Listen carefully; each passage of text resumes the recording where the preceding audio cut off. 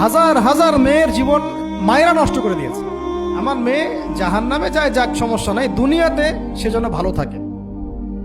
এটা কেন বললাম?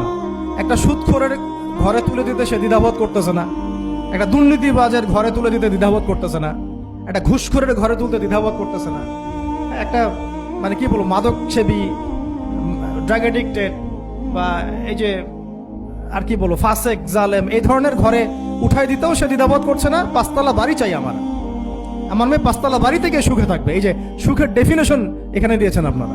এই জন্য কত হাজার হাজার মেয়ের জীবন নষ্ট করে দিয়েছেন আপনারা। আমার কথা মাইন্ড করে না, হাজার হাজার মেয়ের জীবন মায়েরা নষ্ট করে দিয়েছে শুধুমাত্র মেয়েদের দুনিয়াবি সুখ এর সংজ্ঞাটা বুঝতে ভুল করার কারণে। এর নাম যদি সুখী হইতো তাহলে অমুসলিমরা সুখী না কেন? পশ্চিমারা সুখী না কেন? ওরা আত্মহত্যা করে কেন? এভাবে মেয়েদের জীবন নষ্ট করেছে।